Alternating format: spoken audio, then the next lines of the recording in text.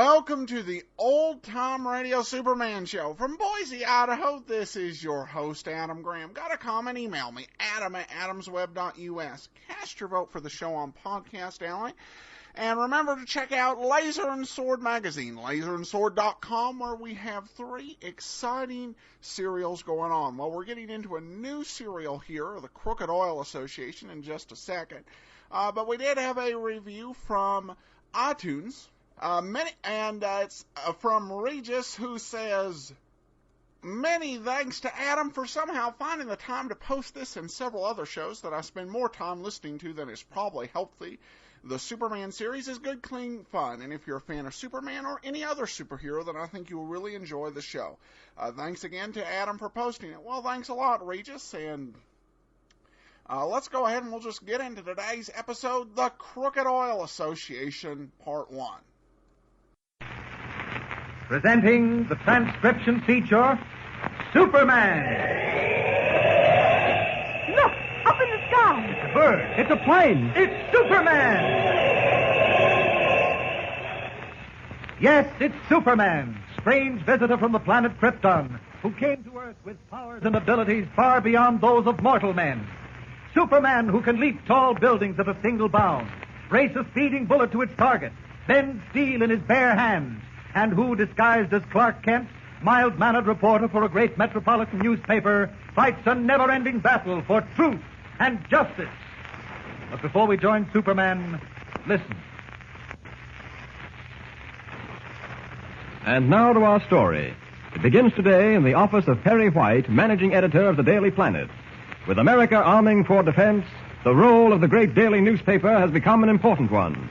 Hour after hour, day in and day out, by phone, radio, and teletype, an endless stream of vital information reaches the editorial desks, there to be turned into news. The busy offices of the Daily Planet are no exception. As we join Perry White, we find him issuing instructions to 3 of his key men. Listen.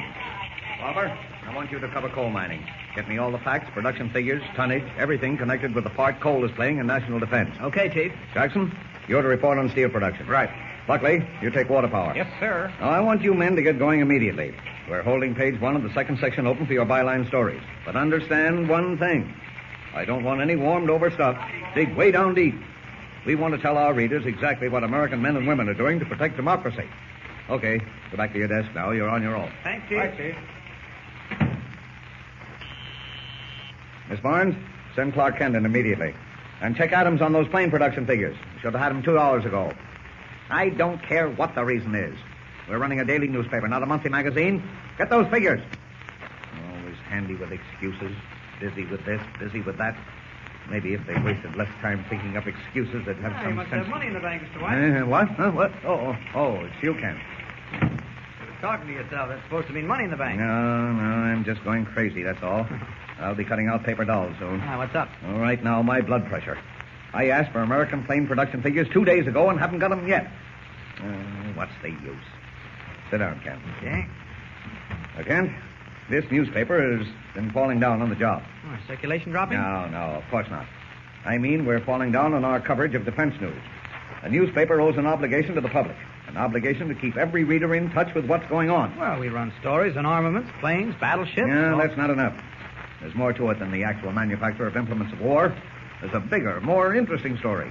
The story of America's national and natural resources. The story of where national defense starts. In the coal mines, in the steel foundries, on the oil fields. Sounds like a great idea, Chief. No, what I want you to do is this. He's a special delivery letter from... Why, you insolent little brat. Didn't I tell you last week never to come tearing into my office like a tornado? You're fired. But the letter, it's from Tumbleweed Jones. I don't care if it's from Santa Claus. You're fired.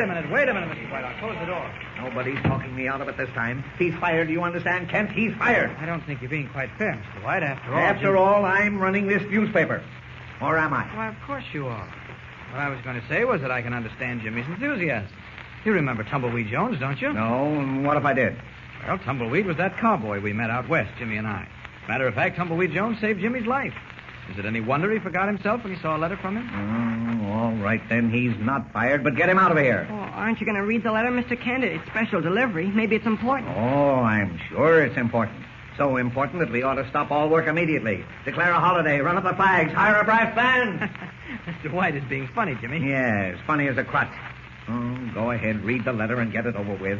I can wait. I just work here. There's no hurry, Mr. White. I'll read it before that kid has a nervous collapse. Oh, Jimmy? Okay.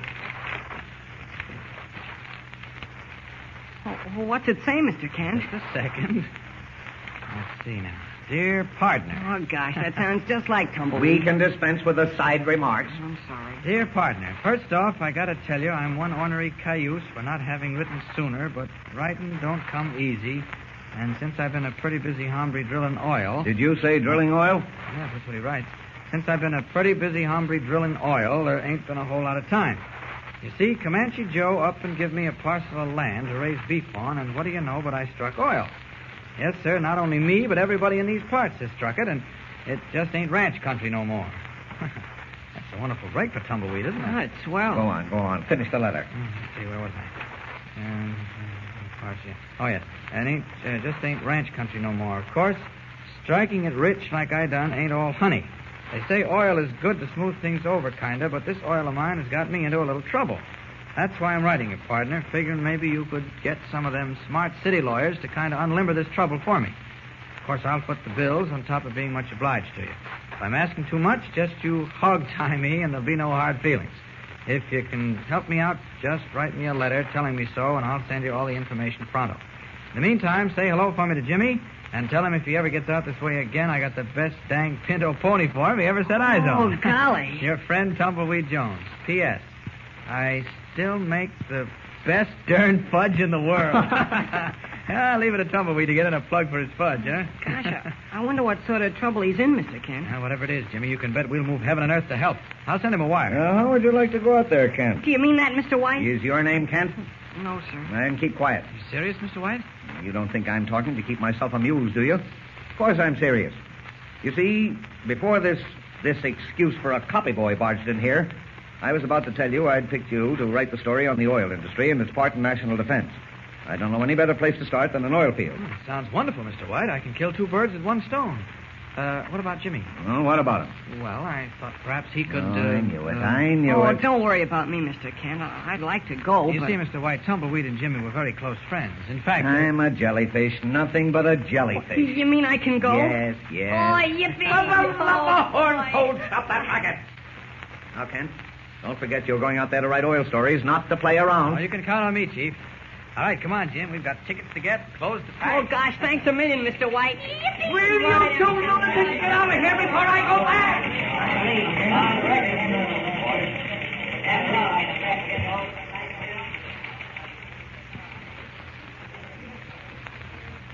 Okay, back to place. Announcing the departure of flight number 7 for Denver, Chicago, and New York. Now loading at gate number 3. Announcing the departure of flight number 7 for Excuse me, Denver, mister, Chicago, but and New York. could you tell me when that Metropolis plane gets in? I got a telegram here that says she's due at 4:20. Is that right? That's right. Be in any minute now. Much obliged. Right. Expecting someone, Tumbleweed? Huh? Oh, I didn't see you, Mr. Larson. I spotted you waiting at the gate. Expecting someone? Yep. You didn't order yourself a wife from one of those big city matrimonial bureaus, did you? Shucks, no, nothing like that. I got some friends coming in from Metropolis. Oh? A reporter fella named Clark Kent and his little partner, Jimmy Olsen. News reporter, huh? Yep. Darn good one, too. He's smarter than a whip. Have some fudge, Mr. Larson? No, thank you. You haven't changed your mind about joining the Oil Association, have you, Tumbleweed? No, not so you'd notice it. I ain't taking orders from no crooked cayuse, even if he is president in the bank. No, sir. I'd sooner eat crow. No, I don't think you're being fair to Mr. Cheney, Tumbleweed. It just happens that he owns the only pipeline and railroad spur that can transport oil from this section of the Bear River refinery. He organized the association to protect all you boys from outside interference. That's his story, and it don't make good telling. Now, look, Tumbleweed. I've been your oil broker ever since your first well came through. But I can't sell your oil unless it gets to the refinery. It'll get there. How? It ain't no secret now, 'cause them trucks are setting by my number 1 well, filling up right this very minute. Trucks? Yep. 3 big oil trucks, Mr. Larson. They hold 2,000 gallons apiece. I'll be delivering oil to the refinery tonight. You mean you bought oil trucks of your own? Nothing else but. Well, Tumbleweed, all I've got to say is I think you made a Attention, big... please. Announcing the arrival of Flight 9 from Metropolis at Gate 6. Announcing the arrival of Flight 9 I'm sorry, from Mr. Larson, but that's the plane I've been waiting for. I'll be seeing you shortly.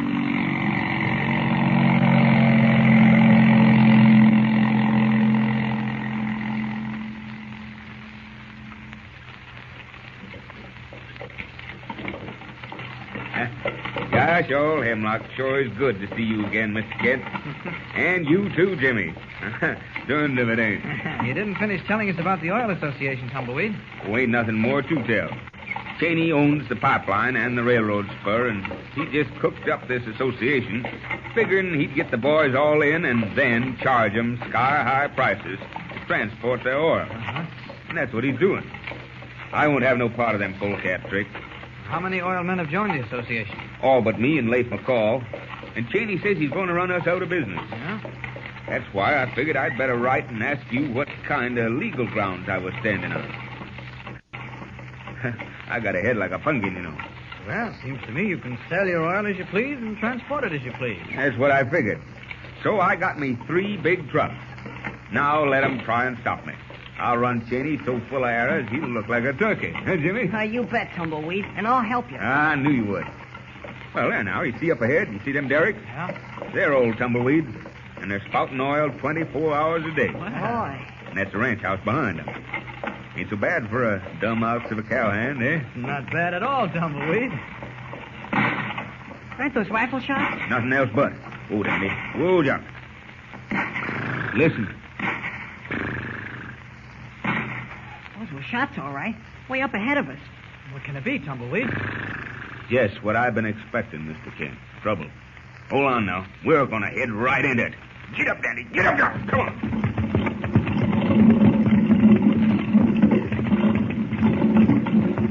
Is Tumbleweed right? Do the rifle shots indicate trouble at his oil field? Clark Kent doesn't know it, but he and Jimmy, perched on the front seat of Tumbleweed's buckboard, are riding into more excitement than they've had in a long time. So ride with them for thrills and adventure. Tune in the next episode and listen with Superman.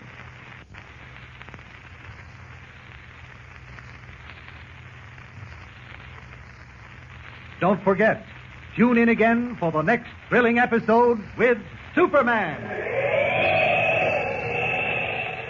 Look, up in the sky. The bird, it's a plane. It's Superman. Superman is a copyrighted feature appearing in Action Comics magazine. Welcome back. Well, it's Tumbleweed Jones back in town. And that means fudge. You know, that they didn't seem to have a sponsor for Superman, but Tumbleweed's Fudge. Now, that could be a sponsor, you know. Come up with a tie-in. But they didn't do that. Well, we'll find out what's going on with this oil association in part 2 on Sunday. But got any comments? Email me, adam@adamsweb.us, and please cast your vote for the show on Podcast Alley. From Boise, Idaho, this is your host, Adam Graham, signing off.